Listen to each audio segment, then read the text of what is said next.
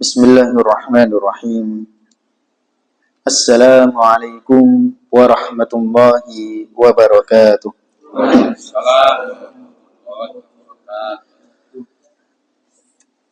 Alhamdulillah. Alhamdulillahilladzi anzala ala 'abdihil kitaba wa lam yaj'al lahu 'iwaja. Asyhadu an la ilaha illallah wa asyhadu anna Muhammadan 'abduhu wa rasuluh. Allahumma shalli ala Muhammad wa ala ali Muhammad kama shallaita ala Ibrahim wa ala ali Ibrahim wa barik ala Muhammad wa ala ali Muhammad kama barakta ala Ibrahim wa ala ali Ibrahim fil alamin innaka Hamidum Majid. Qala Allah Ta'ala fi kitabihil karim, a'udzu billahi minasyaitonir rajim. Ya ayyuhalladzina amanu taqullaha haqqa tuqatih wa la tamutunna illa wa antum muslimun. Subhanaka la ilma lana illa ma 'allamtana wa 'allimna ma yanfa'una wanfa'na bima 'allamtana wa zidna 'ilma. Alhamdulillah, Bapak-bapak, ibu-ibu, jamaah yang dimuliakan oleh Allah Ta'ala. Pada kesempatan pagi hari ini, marilah kita senantiasa panjatkan syukur kita kepada Allah yang masih memberikan kita nikmatnya, rahmatnya, dan karunia-Nya. Terutama nikmat Islam, nikmat iman, yang masih senantiasa hadir dalam diri kita, yang membuat kita bisa senantiasa memenuhi panggilan-panggilan Allah khususnya di pagi hari ini. Mudah-mudahan usaha kita, niatan kita hadirnya di majelis ini di waktu pagi hari ini yang udaranya lumayan dingin, anginnya juga lumayan kenceng. Tapi alhamdulillah Allah masih memberikan kesempatan buat kita untuk bisa berkumpul di tempat yang mulia ini. Mudah-mudahan ini menjadi catatan amalan soleh dan juga saksi kebaikan nanti di hadapan Allah Subhanahu wa Ta'ala. Bapak, ibu-ibu, jamaah yang dimuliakan oleh Allah Ta'ala. Maka dari itu, sebelum kita mulai, marilah kita senantiasa perbaiki dan juga luruskan niat kita kembali. Semata-mata kita niatkan lillahi ta'ala. Mumpung belum terlewatkan, kalau bahasa kita mumpung belum kebacut, maka marilah kita senantiasa perbaiki. Hadirnya kita, ibadahnya kita, perginya kita di majelis ini, perginya kita di rumah Allah Ta'ala ini, mudah-mudahan kita niatkan khusus lillahi ta'ala, sehingga tidak menggugurkan setiap kebaikan dan amalan yang kita kerjakan.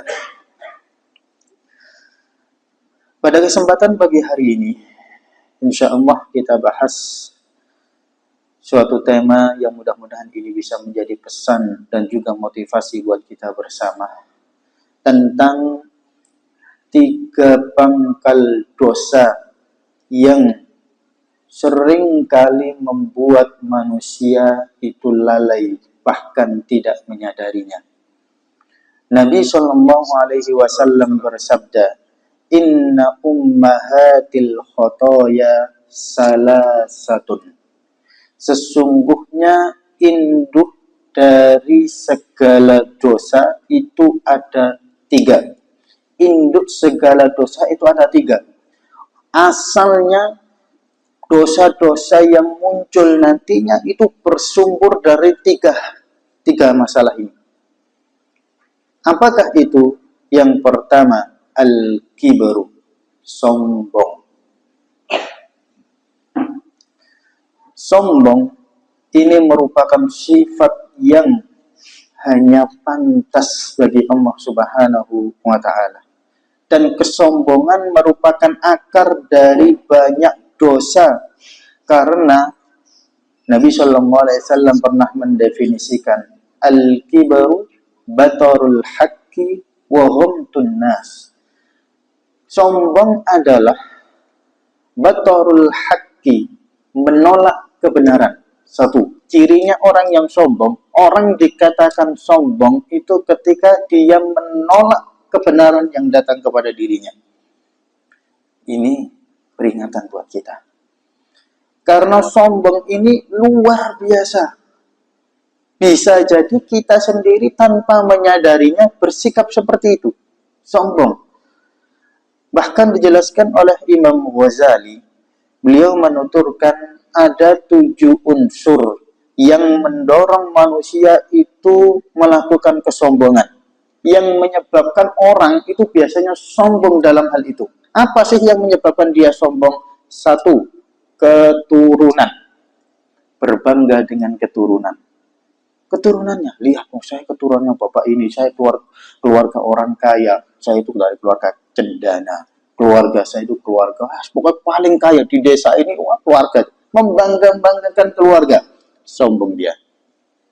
Sehingga dengan kesombongan ini, batarul haqqi, menolak kebenaran. Ketika dia berbuat salah, berbuat maksiat, ada orang yang mengingatkan, maka dia menolak. Siapa kamu? Gak level mengingatkan saya itu. Saya itu generasi orang-orang yang kaya, orang-orang yang punya jabatan, orang-orang yang punya segalanya. Siapa kamu mengingatkan saya? Menolak kebenaran. Makanya diingatkan oleh Nabi, hati-hati. Kita dianjurkan dan diingatkan untuk senantiasa berusaha melonggarkan hati kita. Ya muqallibal qulub, sabbit qulubana ala dinik. Wa ya musarrifal qulub, sarrif qulubana ila ta'atik. Banyak berdoa. Ya wahai zat yang membolak-balikkan hati. Sabbit qulubana ala dinik. Kuatkanlah, teguhkanlah hati saya itu senantiasa berada pada agamamu. Wa ya musarrifal qulub, wahai zat yang memalingkan hati, sarrif qulubana ila ta'atik. Tolonglah, palingkanlah hati saya itu bisa senantiasa pada ketaatan. Jadi kita berdoa, ya Allah, mudah-mudahan Engkau jaga hati saya untuk senantiasa bisa menerima dan juga bisa beritibak kepada sunnah Nabi dan senantiasa berada pada syariat-Mu. Ini doa kita. Karena apa? Siapa yang tahu isi hati kita? Bahkan kita menghukumi manusia itu nahkumu bidawahir, menghukumi manusia itu secara dohir, yang nampak dilakukan orang itu ya begitu, ya sudah kita hukumi. Isi hati seseorang, siapa yang tahu? Makanya berubahnya hati kita itu cuma kita sendiri yang tahu. Moodnya orang itu seringkali berubah-ubah. Di pagi hari dia seolah-olah nggak ada apa-apa. Tapi siapa yang tahu nanti sudah siang hari sudah berubah perasaannya. Pagi hari kayaknya dia tadi ketemu senyum-senyum, guya-guyu. Ternyata di siang hari, di sore hari ketemu sudah mulai bersemut. Ini apa yang terjadi? Nggak ada yang tahu. Makanya ketika hati ini yang cuman mengetahui yang cuman kita sendiri, maka setidaknya kita arahkan selalu, kita usahakan untuk bisa melonggarkan hati kita untuk bisa menerima kebenaran. Terutama ketika kita berbuat salah. Ini kesalahan, manusia itu semuanya itu pasti berbuat salah. Siapa sih yang nggak berbuat salah? Lalai, salah, bahkan gampang melakukan perbuatan dosa, melanggar, itu mudah bagi kita. Dibandingkan kita taat kepada Allah, lebih banyak kita melanggarnya. Dibanding kita ingat kepada Allah, itu lebih banyak kita melupakan Allah. Itu manusia. Tapi Nabi mengatakan, wa khairul khatta'in at-tawwabin. Namun sebaik-baik orang yang berbuat salah, dia cepat-cepat bertaubat. Ini yang paling baik. Dan kita tuh nggak bisa lepas dari sifat ini. Nggak bisa lepas dari kesalahan, kelalaian. Itu mesti kita kerjakan. Tapi jangan sampai kita membiarkan, apalagi membiasakan. Dijadikan alasan, yung ini berarti aku menungso temen. Enggak. Bukan berarti malah sengaja melakukan kemaksiatan, sengaja melakukan kesalahan dengan berdalil itu tadi. Ya salah.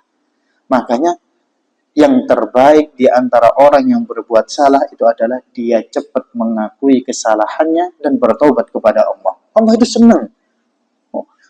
yuhibbut tawwabin, mencintai orang-orang yang senang bertaubat kepada dirinya. Dia berbuat salah, ngaku saya salah. Ini. Namun ternyata fakta yang terjadi itu berat loh. Kita ngakui kesalahan yang kita kerjakan sendiri, itu nggak semua orang mampu. Apalagi di saat orang itu di kondisi yang punya kedudukan, punya jabatan, dia akan merasa malu untuk mengakui kesalahannya. Akhirnya apa? Ada orang yang mengingatkan, Pak, Bu, nggak benar, ini salah. Yang benar itu seperti ini, jangan seperti itu, Bu. Jangan seperti itu, Pak. Maka akhirnya muncul perasaan gengsi. Sombong dia, ditolak kebenaran. Dia berbangga-bangga, siapa kamu? Nggak level mengingatkan saya. Keturunan, membuat dia sombong. Kebenaran dia tolak. Yang kedua, wa ghamtun nasi, meremehkan manusia. Sombong. Kalau ada kebenaran, nasihat, ada yang menasehati dia, dia menolak, dia sombong. Karena dia merasa sok benar. Jelas-jelas dia salah, tapi malah justru menolak. Sombong dia. Yang kedua, kalau dia meremehkan manusia, meremehkan, merendahkan, menghinakan manusia, saudara muslim yang lainnya, berarti dia sombong. Dan meremehkan manusia itu muncul dari berbagai bentuk. Entah itu melalui ucapan, ngomongnya sudah mulai nyelekit, ngomongnya sudah mulai merendahkan, menyakitkan saudara yang lainnya, dijelek-jelekkan di antara yang lainnya. Terutama apalagi kalau acara-acara ketemuan, reuni, reuni sama ini, generasi ini, reuni sama letting ini. Ini biasanya muncul, membanding-bandingkan, direndahkan, kamu orang miskin, orang ini. Akhirnya apa? Meremehkan yang lainnya, teman-temannya yang lain, yang tidak selevel dengan dirinya, yang beda keturunannya, diremehkan. Ini dia sombong. Namun ternyata ada satu kondisi, bisa jadi orang itu sombong, tapi pesan terlebih dahulu. Pesan gimana? Ya bapak-bapak, ibu-ibu, bukannya saya sombong ya. Saya nggak sombong. Bukannya saya sombong. Tapi tahu nggak itu loh, itu bangunan itu saya yang. Bukannya saya sombong ya. Sombong tapi sudah pesan nggak sombong. Dia sombong. Ini nggak ada bedanya. Meskipun dia pesan nggak sombong, ini malah justru akan membuat orang semakin, orang ini kayaknya ngomongnya tadi nggak sombong, ternyata pesennya, nadanya itu sudah menunjukkan kesombongannya, terlihat. Nah, ini. Makanya meremehkan manusia, wa ghamtun nas, ini perkara yang nggak diperbolehkan dalam syariat Islam. Karena kita sesama muslim dianjurkan untuk senantiasa peduli dan juga memberikan kasih sayang kepada mereka semua, untuk memperkuat ukhuwah kita. Siapapun mereka, terutama bagi orang-orang yang di bawah kita, orang-orang yang nggak punya, orang-orang fakir miskin, kita diperintahkan untuk peduli terhadap mereka. Jangan malah diremehkan. Makanya Nabi menyampaikan dalam sebuah hadis riwayat Muslim, bihasbi imri'in minasyarri ayyahkira akhahul muslim. Sudah cukup orang itu dikatakan berbuat buruk, berbuat jelek, ketika dia sudah meremehkan saudara muslimnya. Dia sudah berbuat jelek dia. Meremehkan saja. Meremehkan itu bisa dalam bentuk ucapan secara langsung, ini malah justru nyata, nyelekit bahkan dari bentuk sikapnya atau bahkan dari segi pandangannya. Meremehkan. Dia diem. Tangannya nggak ngapa-ngapain, dia diem, mulutnya diem, tapi pandangannya itu pandangan-pandangan orang yang merendahkan. Itu ada pandangannya sinis. Lihat itu beda. Makanya sama, kita jaga perilaku kita, tampilan kita, apalagi ucapan, jangan sampai meremehkan saudara kita. Ghamtun nas, ini berarti sombong. Makanya Imam Ghazali memberikan pesan tadi, 7 unsur yang sering kali membuat orang itu gampang sombong di dalamnya. 1, keturunan. 2, kekuatan dan juga kekuasaan. Ini, dia kuat di antara teman-teman atau orang-orang yang lain, dia tenaganya paling kuat. Kalau nggak gitu, dia yang paling berkuasa.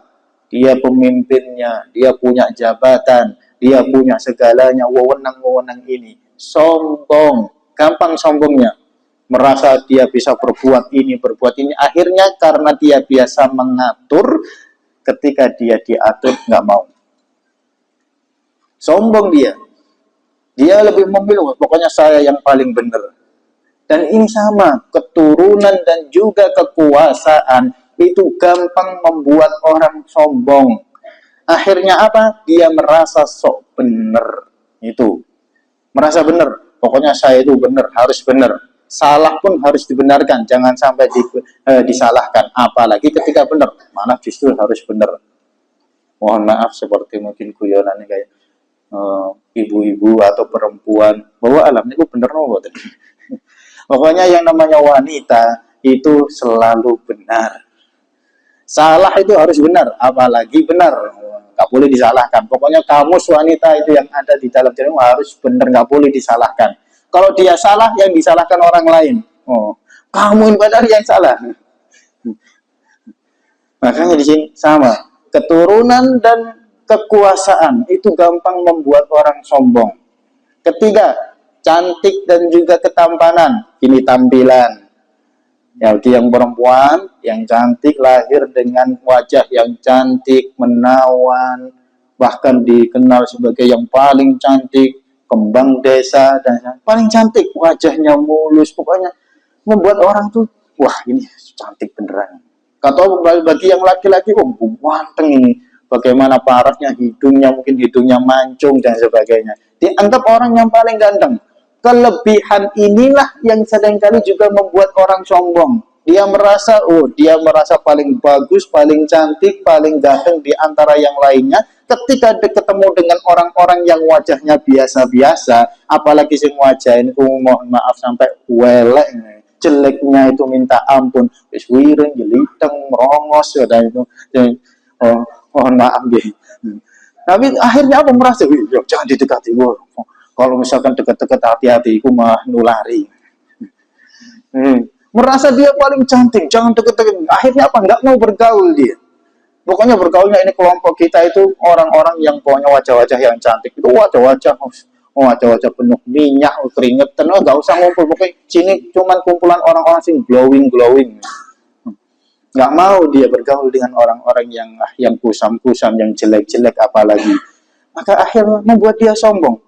Kebanggaan dia dirinya, saya yang punya ini wajahnya saya. Dan ini fitnah. Ini banyak peluangnya. Jangan. Begitu pula kekayaan. Sama, kekayaan. Dia punya segalanya, kekayaan. Yang keempat, kekayaan dan punya banyak harta. Punya aset ini, tanahnya di mana-mana, bidangnya bahkan dilihat, bahkan kalau perlu di sensus, dari seluruh di blok ini misalkan ini yang paling kaya, pokoknya dilihat dari rekeningnya itu didata, rekeningnya itu yang paling banyak itu bapak ini paling kaya. Karena kalau melihat secara dohir itu nggak ada yang tahu. Ada orang yang kelihatannya rumahnya biasa-biasa saja, tapi siapa tahu tapi tabungannya banyak, itu ada. Ada orang yang rumahnya bagus, tapi yang banyak itu tagihannya.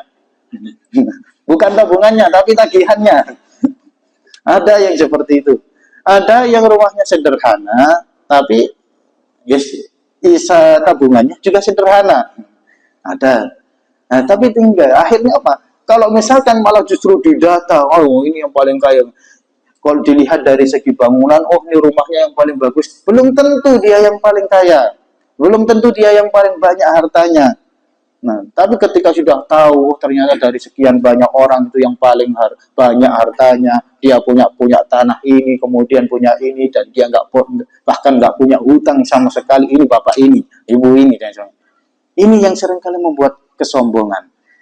Nah, sedikit saja kita diberikan kelebihan oleh Allah Ta'ala, itu bisa jadi membuat kita merasa ingin berbangga-bangga. Dan manusia itu karakternya itu senang mendapatkan pujian, pengen dipuji, bahkan pengen dibangga-banggakan orang lain. Makanya kalau bisa itu diceritakan kepada orang. Tahu, saya kemarin sudah bangun ini, rumah saya sudah saya perbaiki, rumah saya pokoknya dulu diperbaiki, direnovasi. Apalagi ini sudah mendekati Ramadan, hari raya. Biasanya kebiasaan orang Jawa itu biasa, oh mendekati hari raya direnovasi, diapi. Padahal ya, nggak lama itu masih habis direnovasi. Oh ini baru 1 bulan, oh ini sudah mendekati Ramadan, ganti cat, ganti lagi. Setelah hari raya selesai, oh ganti, sudah ganti cat yang lain, ganti. Akhirnya berbangga-bangga lihat rumah saya itu kalau bisa itu kinclong terus, kena hujan atau cipratan kotoran sedikit, wah nggak dibersihkan, pokoknya langsung diganti cat, full total. Padahal masih bagus. Ini manusia. Akhirnya apa? Pengen menampakkan tampilan yang indah, tampilan yang menakjubkan, bahkan yang mewah, yang wah, untuk berbangga-bangga terhadap orang lain. Kekayaan dan juga aset. Makanya paling tidak kita bersyukur. Ya Allah, alhamdulillah selama ini kita diberikan rezeki oleh Allah, diberikan kemudahan dalam rezeki kita, kita punya ini, punya itu, kita syukuri. Jangan sampai rezeki ini kita diberikan kemudahan di dalamnya, diberikan kelebihan oleh Allah dibandingkan dengan yang lain, akhirnya membuat kita sombong. Jangan, enak. Karena apa? Khawatirnya kita sendiri yang akan dapatkan madarat di dunia maupun nanti di akhirat. Sebagai bukti, masyhur ceritanya dalam Al-Quran seperti Qarun. Qarun itu kayanya luar biasa. Gak ada yang membandingi kekayaan Qarun. Sampai dijelaskan kunci perbendaharaan gudang harta Qarun itu sampai dibawa oleh orang-orang yang punya tenaga yang kuat, orang-orang yang berotot untuk membawa kuncinya saja. Itu menunjukkan apa? Betapa kayanya Qarun karena dia punya harta yang melimpah. Banyak. Kalau zaman sekarang mungkin rekeningnya, kartunya, wis pokoknya dia itu punya, wis orang-orang VIP. Bahkan dia yang paling kaya. Tapi apa ketika dia berbangga-bangga, kemudian digotong kuncinya untuk keliling berjalan di hadapan seluruh manusia, masyarakat itu tahu, wahai Qarun, nggak usah seperti itu, sombong kamu pamer-pamer kepada yang lain. Menunjukkan orang yang sombong itu gerak-geriknya itu kelihatan, petentang, jalannya itu sudah beda. Jalannya, perilakunya, sikapnya, belum lagi, mohon maaf ibu-ibu, sudah mulai menampakkan perhiasannya. Ini kadang acara reuni, acara ketemuan, acara walimah, bahkan acara-acara ketika ngumpul mulai ditampakkan kekayaan-kekayaannya. Akhirnya pengen tampil, oh saya punya kekayaan ini, ditunjukkan, ngomong saja, oh giyu nikinya nih keberanian, ditunjukkan gelangnya, dikelihatan, wah. Kalau betul agak dicincing-cincing. Akhirnya ali-alinya, cincinnya ditampakkan, oh yang ngomong itu sambil gini-gini. Kalungnya ditampakkan emasnya, belum lagi yang lainnya nggak mau kalah, ditunjukkan, ngobrol sambil ditunjukkan gigi-giginya, ya gigi saya kalau perlu emas juga. Untuk menunjukkan ini saya lebih kaya, punya ini, cuman itu ditunjukkan lebih banyak emas-emasnya. Bahkan yang lain ada yang nggak mau kalah. Kalau misalnya saya ngumpul nggak bawa, yang lain pada menunjukkan emas gimana? Dibela nih. Yang penting ada perhiasannya. Belilah Kuningan. Tujuannya apa? Biar nggak mau kalah dengan teman-temannya. Siapa yang tahu? Pokoknya kelihatan seperti masuk Kuningan, murah, bisa beli online dan sebagainya di toko-toko murah. Yang penting kelihatan seperti emas. Padahal ya cuman Kuningan. Tujuannya apa? Itu tadi. Untuk berbangga-bangga, bersaing dengan yang lainnya. Ingin tampil. Kekayaan. Bikin sombong. Siapa yang tahu? Kesempatan harta yang didapatkan, yang diberikan oleh Allah Ta'ala kepada kita, itu ternyata bisa membuat kita bersikap sombong. Berikutnya, ilmu. Ini juga yang kelima. Tingginya ilmu yang dimiliki oleh seseorang, itu bisa bikin orang sombong. Punya ilmu, itu keutamaannya besar. Menuntut ilmu, banyak hadis, riwayat yang menyebutkan keutamaan, fadilah dari menuntut ilmu itu banyak. Pahalanya besar, bahkan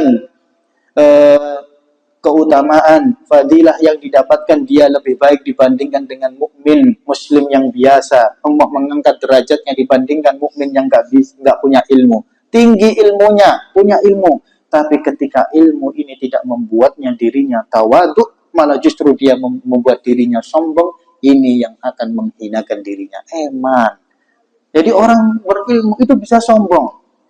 Punya ilmu, punya pahaman, bahkan punya kecerdasan. Dibandingkan dengan yang lain, saya yang pinter, yang paling pinter. Dari di masjid ini saya yang paling paham, saya yang paling ngerti, bisa bahasa Arab, bahasa Inggris, dan sebagainya, berbagai macam bahasa. Berbangga-bangga dia. Akhirnya apa? Karena dia yang paling pinter, ketika dia salah, nggak mau disalahkan. Malah kalau perlu, kalau salah, dia malah justru berdalil. Punya ilmu, malah berkelas dia ketika nolak. Berkelas, ada dalilnya. Disebutkan dari ayat Al-Quran, disebutkan dalam hadis, padahal dia yang salah, sombong. Punya ilmu, tidak membuat dirinya tawadu, malah justru membuatnya sombong. Eman, gugur. Makanya Nabi mengingatkan, man izdada ilman, walam yazdad huda, lam yazdad minallahi illa bu'da. Barang siapa yang ilmunya semakin bertambah, malah justru tidak membuat hidayah dia semakin dekat kepada Allah Subhanahu wa taala, maka lam yazdad minallahi illa bu'da, maka tidak bertambah buat dirinya, melainkan dia justru akan semakin jauh dari Allah taala. Ilmu yang dia dapatkan secara zahir, dia semakin pintar, semakin banyak kitab yang dia pelajari, khatam banyak kitab hadis, kitab fikih, kitab akidah atau tauhid, kitab yang lain sebagainya, ilmu qiraah, semuanya dia pelajari. Paham dia, tapi tidak membuat dirinya semakin tawadu, semakin dekat kepada Allah, lam yazdad minallahi illa bu'da. Maka tidak akan bertambah buat dirinya kemanfaatkan, melainkan dia semakin jauh dari ridha Allah Ta'ala. Na'udzubillahi min syarri dzalik. Makanya kita diingatkan, ya Allah, Allahumma inna nas'aluka ilman nafi'a. Banyak berdoa, ya Allah, mudah-mudahan Engkau berikan, anugerahkan kepada saya itu ilmu yang bermanfaat. Jadi ilmu yang bermanfaat. Ya Allah, mudah-mudahan ilmu yang saya pelajari, ilmu yang saya dengarkan, ilmu yang saya dapatkan selama ini bermanfaat bagi hidup kita. Ini yang kita harapkan. Jangan sampai, cuma mendengarkan saja. Tapi kita tunjukkan bahwa setelah kita dapat ilmu, kita praktekkan dalam kehidupan kita dan ada perubahan yang baik dalam diri kita. Ini menunjukkan ilmu kita bermanfaat. Tapi kalau selama ini tidak ada perubahan dalam diri kita, kita dapat ilmu, kita dapat nasihat, tidak berubah, biasa-biasa saja. Atau malah justru membuat kita semakin buruk, semakin menjauh, semakin melakukan kemaksiatan. Ini yang harus dikhawatirkan. Jangan-jangan ilmu kita ini nggak bermanfaat. Jangan-jangan ilmu kita itu malah sia-sia.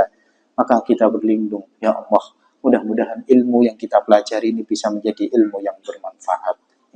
Ilmu yang tinggi. Berikutnya, yang membuat orang itu seringkali sombong, itu sikap warok dan juga kuat ibadahnya. Ibadah, ini ahli ibadah ini. Sifat yang baik. Jadi orang punya sifat yang baik, itu baik. Punya sifat yang baik, itu bagus. Senang, orang itu senang punya sifat yang baik. Tapi ketika sifat yang baik ini mulai membuat dirinya sombong, ini yang berbahaya. Semua dia semakin di antara yang lain, dia yang paling rajin ibadahnya. Sholat 5 waktu, dia yang paling datang pertama kali di masjid. Pokoknya yang paling sergap, nih, si fulan, bapak ini, ibu ini, di antara yang lain. Tapi kalau sudah di masjid, itu sudah nggak pulang-pulang. Ahli ibadah, pokoknya, sholih teman, bahasanya. Sholihah. Di masjid, perasaan di masjid. Baca Quran sampai waktu suruh, nggak pulang-pulang. Bagus. Itu besar pahalanya. Namun ketika mulai muncul perasaan bangga, ini yang bahaya. Jangan sampai kita gugurkan kebaikan-kebaikan yang kita kerjakan karena kesalahan ini. Sudah bagus jadi ahli ibadah, semangat bagus ibadahnya, itu pertahankan. Jangan sampai gugur dikarenakan itu tadi, muncul sifat sombong. Akhirnya apa? Membandingkan dirinya dengan yang lain. Merendahkan, bapak ini sampai nggak tahu nang masjid. Boleh mengingatkan, tapi jangan sampai membandingkan dengan dirinya. Sampai nggak tahu nang masjid, nggak tahu kayak koyo aku ini. Aku yang paling bendino ngerti nggak? Dia yang lain aku lah yang paling sergap. Niru-niru kayak aku. Jangan. Tapi tetap boleh kita mengingatkan orang lain yang nggak pergi ke masjid, tapi dengan cara dan bahasa yang baik. Jangan dibanding-bandingkan. Malah justru membuat orang akan semakin malas untuk berangkat ke masjid. Wah, ternyata orang masjid itu gini dong sifatnya. Membanding-bandingkan yang lain. Sombong dia. Ini. Jadi ahli ibadah. Yang terakhir, ini fitnah bagi pemimpin atau tokoh masyarakat. Dia punya banyak pengikut.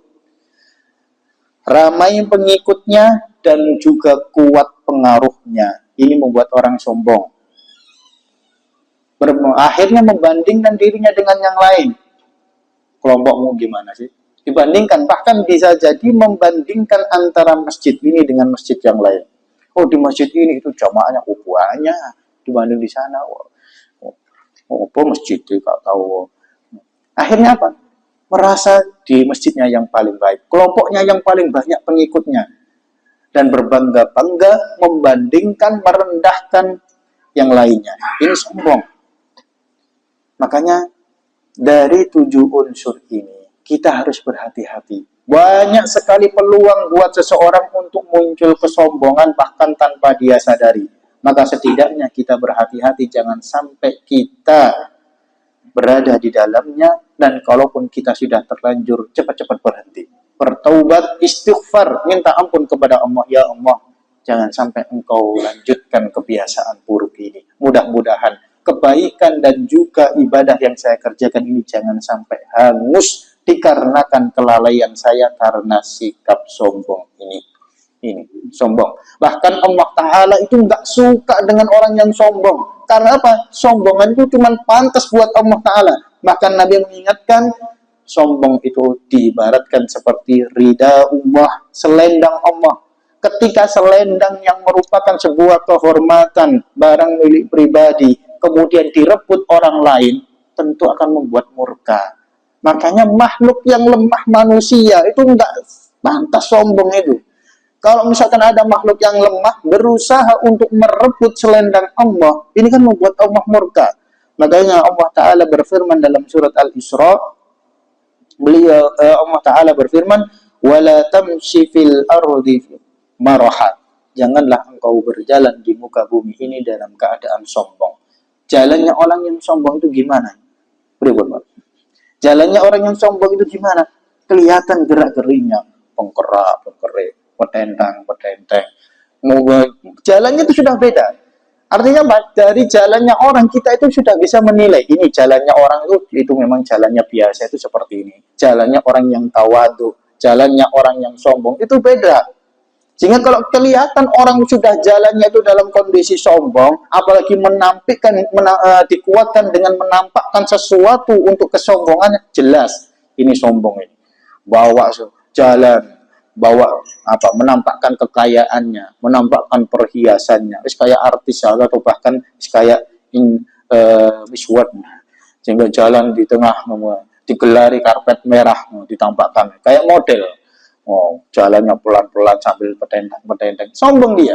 Dan Allah tuh nggak suka melihat atau nggak suka dengan orang-orang yang seperti ini. Jangankan Allah Ta'ala, manusia kita sendiri itu nggak suka melihat orang yang sikapnya demikian.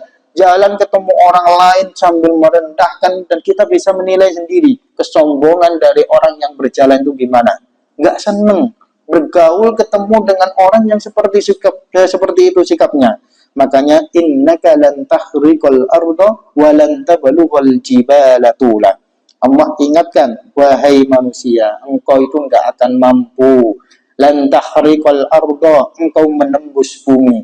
Bumi ini yang ini menunjukkan kelemahan manusia. Manusia itu nggak akan mampu menembus bumi, walan tabalughal jibala tula, dan tidak akan mampu untuk menyaingi ketinggian gunung. Yang menunjukkan lemahnya manusia dibandingkan dengan bumi. Manusia itu nggak ada apa-apanya. Meskipun setiap hari kita injak bumi, tapi tetap manusia itu nggak akan mampu kalau berlawanan dengan bumi.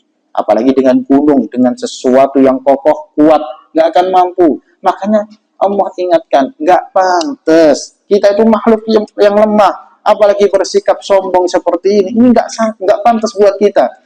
Makanya Allah Ta'ala ingatkan, jangan bersikap sombong. Karena kesombongan ini justru akan menghinakan dan juga menggelincirkan kita di akhirat kelak. Makanya pesannya, jauhi, kalau bisa tuh jauhi sikap sombong. Gak usah eman. Amalan kita bisa hangus. Orang itu akan merendahkan perilaku kita. Gak suka bergaul dengan orang-orang yang sombong. Dan kita harus paham, keberhasilan kita, suksesnya kita, itu bukan berarti semata-mata kita yang hebat. Kita yang cerdas, kita yang pandai. Kita harus paham, berhasilnya kita, suksesnya kita, itu semua karena izin dari Allah. Ini yang harus kita paham. Jadi, kita sudah diberikan kesuksesan, dilancarkan usaha kita, rezeki kita lancar. Itu karena izin Allah. Karena Allah tidak mengizinkan, gak bakalan kita berhasil. Maka ini yang harus kita pahami titiknya. Itu semua biidnillahi. Kita dapat itu karena Allah menghendaki, karena Allah mengizinkan. Kalau tidak, gak akan bisa kita dapatkan, gak akan bisa kita raih. Makanya bersyukur, jangan sombong. Sehingga kemudian beranggapan semata-mata, ya ini hasil kerja keras saya sendiri, ya, karena saya seperti ini, ya, makanya saya berhasil. Jangan. Ada hal yang harus kita pahami, itu semua sesuai dengan kehendak Allah Ta'ala. Makanya, jangan pernah merasa sok hebat, merasa kita sendiri yang berhasil karena usaha keras kita, tapi kita harus pahami itu semua biidnillahi ta'ala. Sebagaimana contoh yang sering kali digunakan, itu kayak tukang parkir lah. Tukang parkirku sebanyak apapun, itu paham, itu sebuah titipan. Sebanyak apapun yang didapatkan, kendaraannya beraneka ragam, yang paling jelek sampai yang bagus, tukang parkir lu ngerti, itu bukan barang milik saya, itu titipan buat saya. Nggak mau kemudian dia bersikap sombong, ini loh Bu, lihat saya punya dapat segini, itu punya saya. Enggak, itu tukang parkir. Sehingga dia merasa itu semua titipan dari Allah dan tidak berhak untuk dibangga-banggakan. Walaupun yang parkir itu ada mobil-mobil yang mewah, kendaraan-kendaraan yang mahal, tetap dia sadar itu adalah titipan. Nggak sombong. Maka sama, kita harus sadar, apa yang kita miliki, yang kita dapatkan, itu semua adalah titipan dari Allah Ta'ala. Maka insya Allah kalau kita sadar demikian, maka kita juga akan merasa, ya Allah, ini adalah titipan dari Engkau. Maka Allah itu juga akan mampu untuk mengambil titipan tersebut. Makanya nggak usah terlalu sombong. Nggak usah kemudian melanjutkan kesombongan kita, merasa berhasil, merasa bangga ketika dipanggil ini, dipanggil Pak Camat, dipanggil dengan gelar-gelar ini. Nggak usah merasa bangga. Apalagi haus akan pujian. Kalau nggak dipanggil dengan gelarnya, marahnya luar biasa. Bapak Haji, Bu Haji. Ketika hajinya itu lupa nggak disebut, saya haji ya, lihat ya, ingat. Marahnya luar biasa. Dipanggil Pak Camat, Pak Lurah, itu semua cuma titipan, cuma nama. Ingat, karena suatu saat kitalah yang akan dipanggil oleh Allah Ta'ala. Jadi nggak usah terlalu bangga-bangga dengan panggilan-panggilan tertentu, karena itu cuma nama yang artinya justru akan menggelincirkan kita ke dalam kerugian yang nyata nanti di akhirat. Dari karakter iblis, karakter setan, yang mana dia bersikap sombong karena membandingkan dirinya dengan makhluk yang lain. Dia nggak terima, diabadikan di dalam Al-Quran, bagaimana iblis itu enggan, disuruh sujud kepada Adam, nggak mau dia. Karena apa? Dia merasa, khalaqtani min nar, wa khalaqtahu min tin. Ya Allah, Engkau ciptakan saya dari api, sedangkan manusia itu Adam, Engkau ciptakan dari tanah. Api itu jauh lebih baik, lebih kuat dibandingkan dengan tanah. Engkau suruh saya, makhluk yang terbaik, makhluk yang paling baik, diciptakan dari bahan yang baik, engkau suruh untuk sujud kepada Adam. Enggak mau lah. Gengsi dong. Enggak mau Adam. Enggak mau iblis. Sombong dia. Menolak perintah dari Allah Ta'ala. Maka sama. Kita diingatkan, jangan sampai sifat itu muncul dalam diri kita, akhirnya membuat kita sombong, wamtun nasi, batarul haqqi, menolak kebenaran, dan juga meremehkan manusia. Jangan, emang. Makanya mudah-mudahan apa yang kita miliki ini bisa senantiasa menghantarkan dan menjadi perantara buat kita untuk senantiasa mendapatkan ridho dari Allah dan dijauhkan dari sifat sombong. Ini yang pertama. Ummahatul khotoya al-kibr, sombong. Yang kedua, wal hasadu, hasad. Ya. Wal hirsu, hirsu. Al hirsu itu serakah. Al-hirsu itu merupakan pokok atau dasar dari dosa-dosa yang lain. Rakus, serakah terhadap sesuatu yang berlebihan, itu sering menjerumuskan seseorang pada dosa dan juga menghalalkan segala cara. Itu rakus. Ini bahaya. Kalau orang sudah rakusnya luar biasa, itu dia akan berbuat dan menggunakan segala cara untuk mendapatkannya. Bahkan dia akan lebih mudah melakukan dosa. Itu sifat rakus. Rakus terhadap yang lain. Dia nggak akan pernah merasa puas dengan apa yang dimiliki. Ketamakan dan juga ambisi seseorang terhadap jabatan, terhadap kedudukan, kepemimpinan, itu bisa menjadi sumber kejahatan dan juga kedoliman bagi dirinya. Haus, royoan, rebutan, sebagaimana zaman sekarang. Orang itu berbondong-bondong rebutan pengen jadi pemimpin.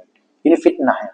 Hati-hati. Kalau memang kita merasa nggak mampu mengemban amanah, lebih baik jangan. Emang.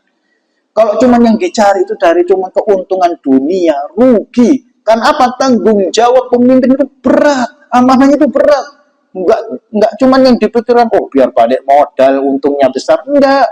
Tapi yang difikirkan kalau bisa orang-orang beriman ditekankan, ingatlah di balik itu amanahnya itu gimana? Besar. Jadi pemimpin itu berat. Makanya Nabi Shallallahu Alaihi Wasallam memberikan nasihat, satahrisuna 'alal imarah. Nanti di akhir zaman, wahai umatku, kalian akan melihat orang akan semakin rakus untuk berbondong-bondong rebutan jadi pemimpin. Ini fitnah. Dan itu memang terjadi nyata di zaman sekarang ini. Orang itu berbondong-bondong rebutan. Jadi camat, jadi bupati, jadi rebutan. Nggak laki yang nggak perempuan. Rebutan pengen jadi pemimpin. Dan sudah menjadi masyhur dari kalangan kita, rahasia umum. Pengen balik modal. Dan jadi pemimpin itu modalnya besar. Harus keluar dengan dana sekian juta miliaran. Kalau nggak keluar dana besar, belum nanti untuk biaya ini untuk mendukung punya suara yang banyak. Perlu dana yang besar, modal dulu. Tapi kalau yang difikirkan cuman supaya balik modal, cepat balik modal, maka nggak heran. Banyak kasus korupsi, setelah menjabat korupsi, setelah menjabat ambil keuntungan ini. Ini karena apa? Itu tadi, rakus. Haus akan kepemimpinan, merasa bahwa peluang jadi pemimpin di negara itu adalah peluang untuk mendapatkan keuntungan yang besar. Yang dipikirkan itu bukan amanahnya. Yang penting bagaimana nggak rugi. Yang penting bisa balik modalnya cepat. Itu peluangnya dari mana? Jadi pemimpin. Kalau jadi pemimpin, wes enak wes, punya wewenang, leluasa, punya segalanya, gajinya gede, untuk berbuat sesuatu gampang. Maka nggak heran fitnahnya korupsi. KPK di mana-mana, di kerebek dan sebagainya. Itu karena apa? Fitnahnya apa? Itu. Dan semuanya saya yakin, kita meyakini, itu semuanya bukan orang miskin. Semuanya itu kaya. Semuanya kaya. Tapi kenapa mereka masih tetap berusaha mendapatkan lebih kurang? Karena manusia seperti itu. Nggak akan pernah puas. Manusia nggak akan pernah puas. Kalau sudah dapat ini, sudah punya ini, melihat sesuatu yang lain, wah itu lebih banyak. Nggak akan puas dia. Makanya Nabi memberikan gambaran, kalau manusia diberikan lembah segunung itu berupa emas, dikasihkan kepada dirinya, itu ditompo segunung loh. Meskipun gudangnya itu nggak cukup, dicukup-cukup, oh gawe aku. Ketika sudah dapat, ada lembah yang lain, dia nggak bakalan mau kalah. masih berusaha merebut. Itu jatah temennya. Enggak, aku pengen ini. Kurang. Padahal dia sudah punya. Itu rakusnya manusia. Dan itu nggak akan pernah hilang sampai mulutnya sendiri terpenuhi dengan tanah. Dalam artian, kecuali dia meninggal, manusia itu nggak akan pernah hilang dari kerakusan. Makanya ini diingatkan. Bahayanya sifat rakus dan kita nggak akan pernah lepas darinya. Kita ditekankan untuk menekan hawa nafsu kita. Kita atur. Jangan dilos dolnya. Pokoknya sembarang. Akhirnya apa itu tadi? Ketika sudah muncul rasa rakus, tamak terhadap sesuatu, akan membuat seseorang berbuat segala cara, bahkan kalaupun itu dosa, nggak peduli. Yang penting saya harus dapat, meskipun merebut hak orang lain, mengambil hak orang lain, meskipun dia siapa, nggak peduli. Yang penting saya dapat. Kalau sudah berbicara masalah harta, orang itu dibutakan dengan harta itu. Sudah melihat duit, atau bahkan kekayaan tanah ini, besar ini, keuntungannya besar. Meskipun itu bukan miliknya, dia akan berusaha untuk mendapatkan. Ini bahayanya, fitnahnya, rakusnya seseorang. Nggak peduli siapapun dia, bahkan keluarganya sekalipun, dia akan berjuang untuk merebutnya. Maka nggak sedikit kasus, kemudian kasus rebutan warisan. Padahal sama siapa? Sama dulurnya sendiri. Saudaranya sendiri, kandung. Kalau dalam hubungan, saudara kandung itu hubungan yang paling dekat. Kok yang namanya saudara kandung, orang itu adik kakak misalnya. Kakak, adik, itu akan berusaha karena punya hubungan saudara kandung, itu akan berusaha menjaga supaya mendukung dalam kebaikan. Kalau misalkan ada yang dalam masalah akan dibantu. Biasanya seperti itu. Tapi kalau ternyata sudah berkaitan dengan masalah harta, masalah dunia, maka hubungan keluarga, saudara kandung itu bisa hilang. Rebutan, awalnya itu akur, tapi ketika sudah dapat warisan, nggak terima, saya cuma dapat sekian, itu mas dapat sekian, itu kok lebih besar, diukur-ukur. Akhirnya kok muncul perselisihan, karena itu tadi, rebutan masalah warisan. Dan ini banyak kasus. Makanya kita harus hati-hati, fitnah itu besar, rakus. Akhirnya apa? Merusak hubungan keluarga sendiri. Nggak peduli. Entah itu dia adiknya, kakaknya, mbaknya. Yang penting saya bisa merebut, dapat itu. Nggak terima dia.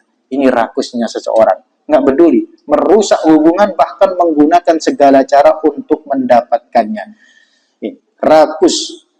Innakum satahrisuna alal imarah wa satakunu nadamatan yaumal qiyamah. Makanya Nabi mengingatkan, kalian akan melihat nanti manusia akan berbondong-bondong rebutan untuk jadi pemimpin dan tidak menyadari bahwa itu akan menjadi penyesalan buat dirinya nanti di akhirat.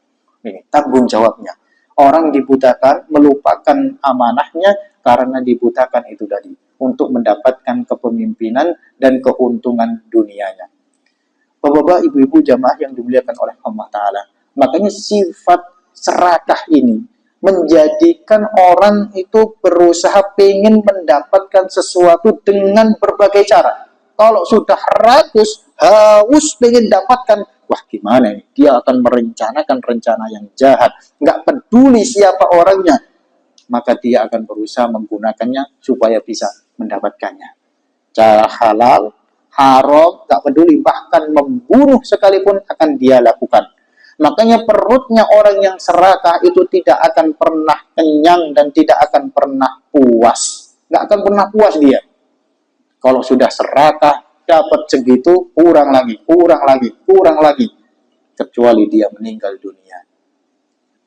Makanya rakusnya manusia sampai digambarkan oleh Nabi SAW itu memberikan gambaran madibani ja'iani ursila fi ghanamin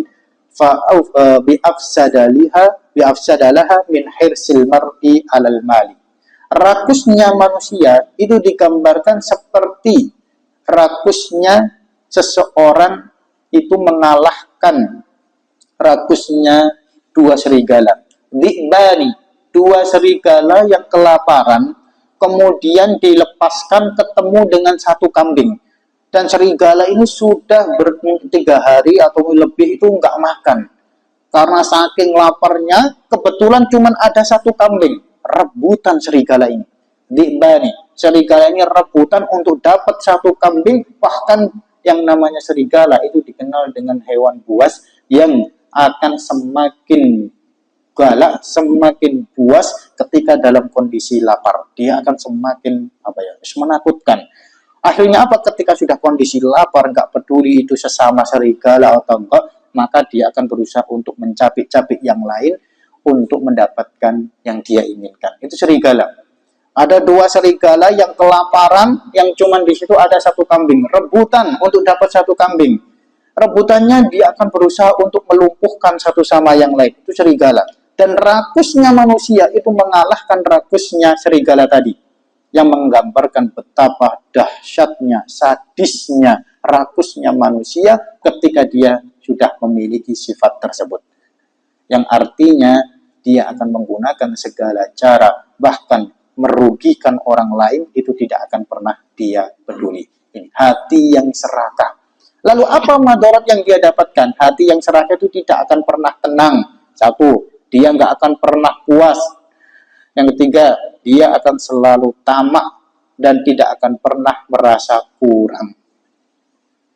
Dan dia selalu merasa kurang. Tidak pernah kenyang, tidak pernah tenang. Dua, nggak pernah puas. Bahkan ketiga, dia akan selalu kurang. Ini yang didapatkan orang yang rakus. Kurang terus. Hatinya serakah. Dan ini mirip dengan seekor monyet. Monyet itu, hewan monyet, mau dikasih berapapun ditampani. Dapat ini, diambil dengan tangan ini. Tangan satunya. Kalau dikasih lagi, bingung dia. Wah, ini tangannya cuma dua ini. Bingung. Wah, ini masih ada ini. Oh, masih ada pisangnya, masih ada buahnya ini. Maka ditaruh, dikempit misalnya. Ditaruh di kaki yang lain. Ada yang lain, oh masih banyak. Yang satunya dilepas.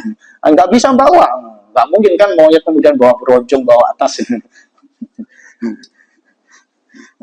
Nggak mungkin. Akhirnya apa? Nggak peduli. Yang penting bisa pokoknya bisa nampani. Ditambani. Padahal yang sudah dia dapatkan akhirnya lepas, hilang.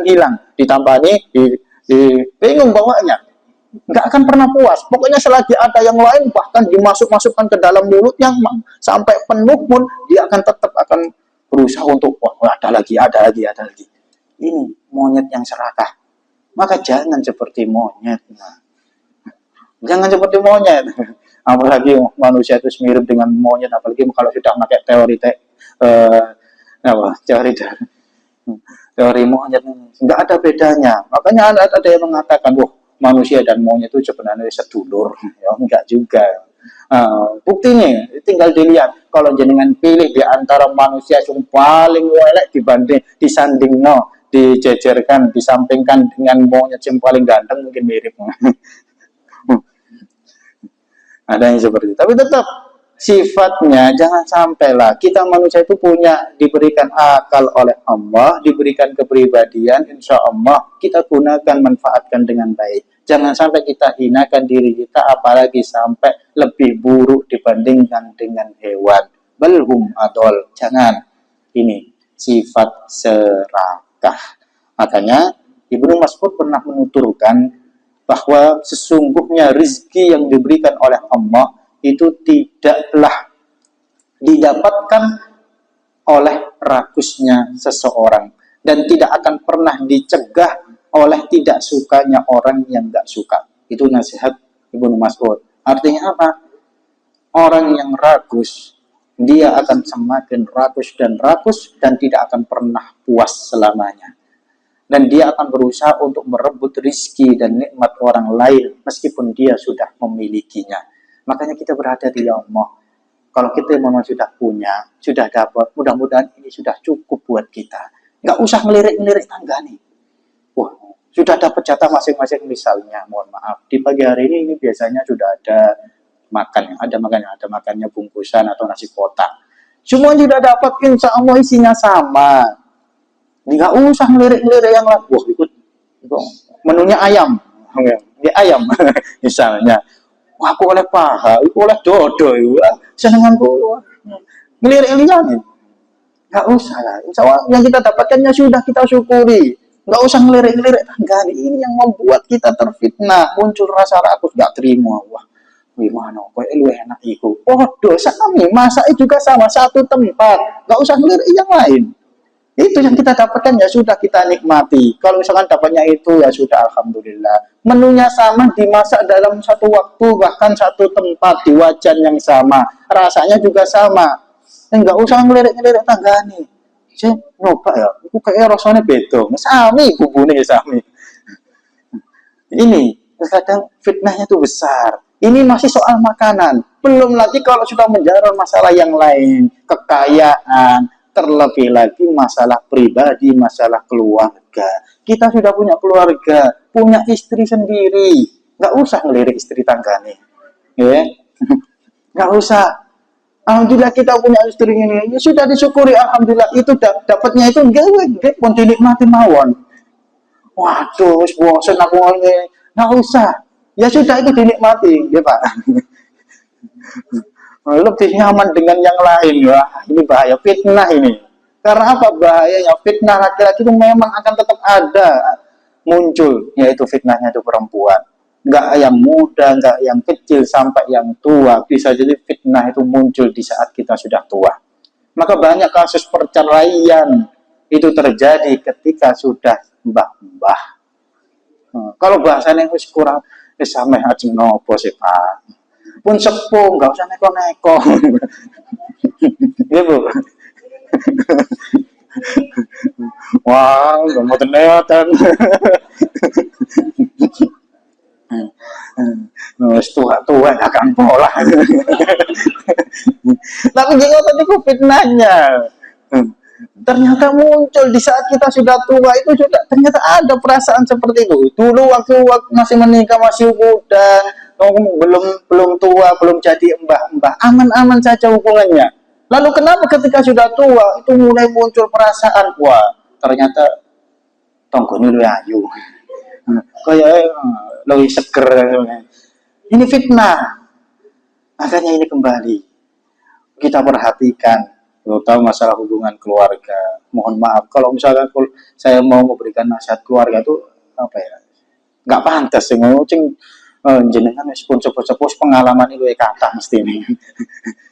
Tapi setidaknya sama, masalah hubungan keluarga itu harus kita jaga dengan baik. Bagaimana komunikasi kita, hubungan dengan keluarga, terutama ketika sudah tua. Sudah tua itu harus jaga dengan baik. Kalau perlu masih kalau sudah tua itu hubungannya itu dipererat, diperkuat lagi. Karena itu tadi masalah khawatirnya di saat tua itu seringkali disitulah muncul kebosanan. Wis bosen, ngono-ngono. Akhirnya apa yang dirasakan? Nggak ada enaknya. Wis gak ono enak iblas, wis kari tua etok, kari pahit etok, ngoten. Misalnya. Tapi itu bagaimana kita harus menjaga hubungan kalau perlu meskipun sudah tua, tapi rasanya seperti madu. Ini yang harus dijaga hubungannya. Bukan karena apa? Fitnahnya itu besar. Meskipun sudah tua, mohon maaf Bapak, tetap kita harus jaga. Itu kita punya istri. Istri kita ya sudah itu kita miliki, kita nikmati. Meskipun di rumah mungkin ketemu ngomel-ngomel, tapi tetap, ya pun itu istri kita. Terus kita manfaatkan, kita nikmati dengan baik. Wah, mentolo kak ijol, no. Tukar tambah ya nenten. Tukar tambah. Di betul ting pasar ya. Ijol yang lain ya. Ini fitnahnya, makanya ini fitnahnya itu besar. Jadi saat pun sudah tua itu sering kali muncul. Akhirnya apa? Malah justru lebih nyaman ngobrolnya, kemudian bergaulnya, bahkan bisa jadi curhatnya itu lebih nyaman kepada yang lainnya. Di saat sudah tua, lebih nyaman kepada yang lain. Kepada istri sendiri wis bosan, wis enggak mau, wis mau, wis mboten saged napa-napa, wis gak enak ngoten iki. Tapi tetap, makanya kita diingatkan meskipun di saat sudah tua, itu malah ada yang mengatakan malah justru saat tua itu saat mesra-mesranya. Wah. Itu malah lebih baik. Karena apa? Ya harus dihabiskan masa bersama. Nah, pemilik pun pensiun. Catatan pun pensiun lagi. Nah, pensiun. Sajeng nopo mboten teng pundi-pundi wis teng griya berdua. Iku kayak manten anyar lah. Kalau bisa seperti itu dimanfaatkan, bergaul dengan baik, nah, insya Allah hubungannya akan semakin baik. Tapi kalau selama ini malah justru yang terjadi sebaliknya, semakin ricu, semakin ribut di rumah wis nggak nyaman, maka fitnahnya itu tadi. Sing bapak-bapak boten kerasan ting griya. Lebih nyaman tim wah yang mending nang warung kopi ya, ketemu rondo enak ngono. Nah, nyamannya seperti itu. Di rumah nggak nyaman. Kalau misalnya jangankan di ketemu rondo, kita masuk ke toko-toko, toko Indomaret, sambutannya itu luar biasa. Selamat pagi, selamat belanja. Disambut dengan baik, sih nyambut ayu sih Sam. Nah, bapak-bapak lagi seneng, wah disambut ramah. Tapi kalau sudah sampai di rumah, wah ramah betul. Lah ini yang kadang-kadang membuat terus nggak enak. Oh, dhisik kayak waktu manten anyar disambut-sambut wah selamat datang disambut sekarang wis tuwek ngatain wah kok sangkatan pola. Itu yang penting malah justru kalau bisa meskipun sudah tua dijaga hubungannya panggilannya yang baik yang mesra tetap untuk menjaga hubungan. Nah, makanya ini kita harus jaga dengan sama sampai putih kok. Maka kembali dalam pembahasan ini sama rakus kalau bisa jangan sampai kita hindari sifat rakus. Yang terakhir itu sifat dengki. Dengki, al-hasadu, dengki. Bahkan iri hati, dengki ini memang kita paham. Dampaknya itu luar biasa, madaratnya itu besar. Al-hasad, orang kalau sudah dengki sama seperti rakus, dia berusaha untuk merebut hak orang lain. Dia iri melihat punya temannya. Dia sudah punya melihat istri tetangganya. Pengen wah kayak istriku rasanya pripun, rasanya pripun. Enggak usah. Itu fitnahnya, dengki, dia hasad, sudah punya dapat nikmat tertentu, tapi dia melihat nikmat orang lain, pengen mendapatkannya. Dia dapat segitu, pengen mendapatkan milik temannya. Akhirnya muncul istilah rumput tetangga lebih hijau dibandingkan dengan rumput sendiri. Kalau rumput sendiri nggak diopeni, nggak hijau-hijau, garing mawon. Makanya harus dirawat dengan baik. Kalau memang pengen hijau seperti rumput tetangga, ya harus dirawat dengan baik rumputnya. Maka harus butuh perawatan. Ibu-ibu perempuan nopo mulai perawatan itu butuh, butuh. Butuh perawatan, apalagi zaman sekarang. Butuh perawatan, kecantikan dan sebagainya. Modal untuk mempercantik diri itu menghabiskan berjuta-juta. Perawatan wajah, belum lagi kosmetiknya, belum lagi shopping-shoppingnya. Itu menghabiskan dana yang besar. Tapi tetap ketika kita mampu menjaga hubungan dengan baik, insya Allah apa yang kita miliki itu membuat kita merasa cukup. Nggak melihat milik orang lain. Nggak akan muncul perasaan hasad.